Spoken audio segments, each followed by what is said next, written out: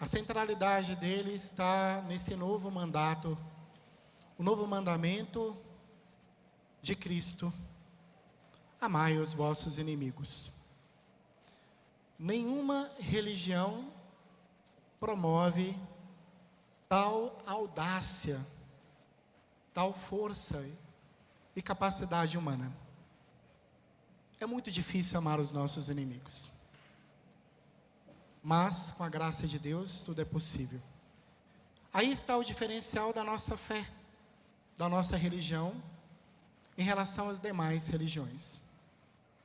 Há uma exigência forte, grande para cada um de nós. Há um convite de nos assemelharmos a Deus, nesse grande chamado de uma mudança de vida, de uma lei radical, de uma lei que transforma todo mundo. Há um caráter também de como um quê de revolução para a humanidade, de mudança, de paz, de tranquilidade, de conforto, na nossa alma e no nosso coração, trazido por este Evangelho. Meus irmãos, nós vimos no domingo passado o sermão da planície, as 4 bem-aventuranças e os 4 ai de vós. Qual é a esperança que nós possuímos? Aqueles que são pobres, aqueles que não têm consolo, aqueles que não têm nada neste mundo. É Deus. E aqueles que possuindo tudo neste mundo e não possuindo a Deus, qual o seu fim? A sua miséria, a sua fome e a sua tristeza espiritual, a sua condenação. Hoje a primeira leitura é muito importante, porque o livro de Samuel mostra essa realidade ferida pelo pecado da humanidade. Saul, ungido do Senhor, olhando para aquele pequeno jovem, escolhido por Deus, Davi, aquele que cuidava das ovelhas, um jovenzinho simples, que era acolhido pela sua comunidade, em que tinha da sua comunidade um olhar especial, pelos seus grandes feitos, não pela sua humildade. Enquanto Saul matou 1000, Davi matou 10.000. Enquanto Saul se mordia por dentro com a inveja, com a tristeza, Davi louvava e agradecia a Deus pela sua miséria e pelos seus pecados. Saul sai em direção a Davi com 3.000 homens no deserto. Essa realidade mostra a nossa condição humana, um deserto em que nós vivemos, o pecado, cometido pela ira e pela inveja, a maldade do seu coração. Saul procura caçar Davi para matá-lo, porque ele não suporta ver os feitos daquele pequeno jovem, que era cuidador de ovelhas. Davi, tendo a oportunidade de matá-lo, vendo o sono profundo que pegava diante de todos aqueles soldados, juntamente com Saul, ele poderia, com uma única lançada, tirar a vida do ungido do Senhor. Davi teve misericórdia de Saul, e por isso ele foi abençoado, não somente a sua pessoa, mas também toda a sua geração. Deus teve misericórdia de Davi, porque Davi foi misericordioso com Saul. A figura de Saul é a figura dos fariseus, é a figura dos pecadores, é a figura daqueles que não querem acolher essa mensagem do Evangelho de hoje. E quem é a figura de Davi? É a figura do próprio Cristo, que tem muito a nos ensinar, com a sua própria vida, com o seu testemunho. Deus amou tanto o mundo, que enviou o seu Filho amado, para que cada um de nós não perecêssemos no pecado, mas que pudéssemos ter a vida, e a vida em plenitude e a vida eterna. O amor de Deus deve nos constranger, deve mover o nosso coração. E hoje o Evangelho nos chama para uma mudança de ótica e de vida. Nos convida a dar um passo mais na fé. Inicia o Evangelho falando a cada um de nós, discípulos, aqueles que são capazes de escutar a sua palavra. E é como um valor sapiencial. Jesus usa da autoridade verbal: amai, fazei, bendizei, rezai, amai os vossos inimigos, fazei o bem para aqueles que vos odeiam, bendizei aqueles que o amaldiçoam, rezai por aqueles que caluniam. É a primeira parte. Como nós podemos fazer isso? Com as nossas próprias forças? Ou com a graça de Deus, com o dom de Deus? Somente com a graça de Deus podemos amar, fazer o bem, bendizer e rezar pelos nossos inimigos, por aqueles que nos caluniam. Jesus também nos diz hoje: aquele que te faz o mal, seja o que for, aquele que toma os seus bens, devolva com o bem. Aquele que te faz o mal, faça o bem em retorno. Aquele que te toma algo, seja material ou espiritual, ou as suas capacidades, aquele que é capaz também de assumir o seu lugar, né, por uma traição, por uma tomada, por tomar também o seu espaço no seu trabalho, com conchavo, seja com o que for, Deus pede: não vingue, deixai, porque também eu passei por tudo isso. Dei a minha face, ofereci a segunda face. Aquele que tomou a minha túnica, eu deixei levar. Fisicamente, Jesus viveu isso, mas Ele quer trazer também um ensinamento espiritual para cada um de nós.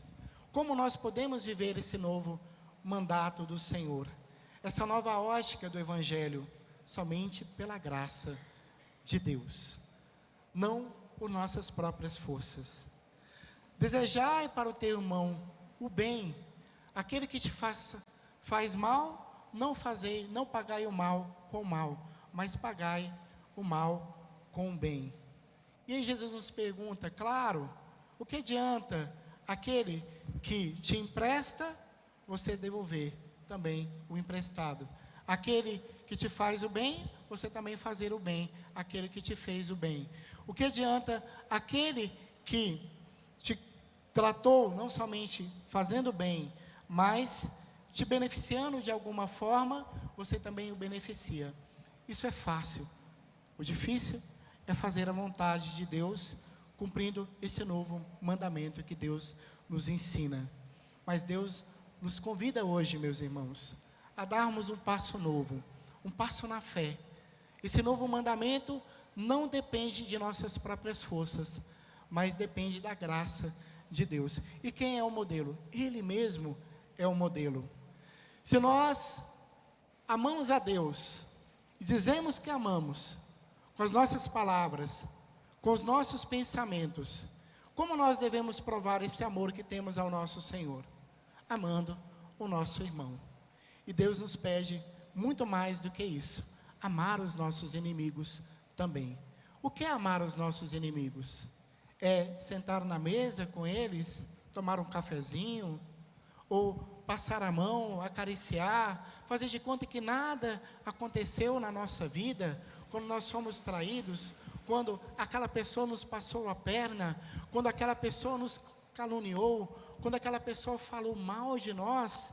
Não, Deus nos quer que tenhamos os mesmos sentimentos de Cristo, o desejo da sua salvação, da sua conversão, da sua mudança de vida.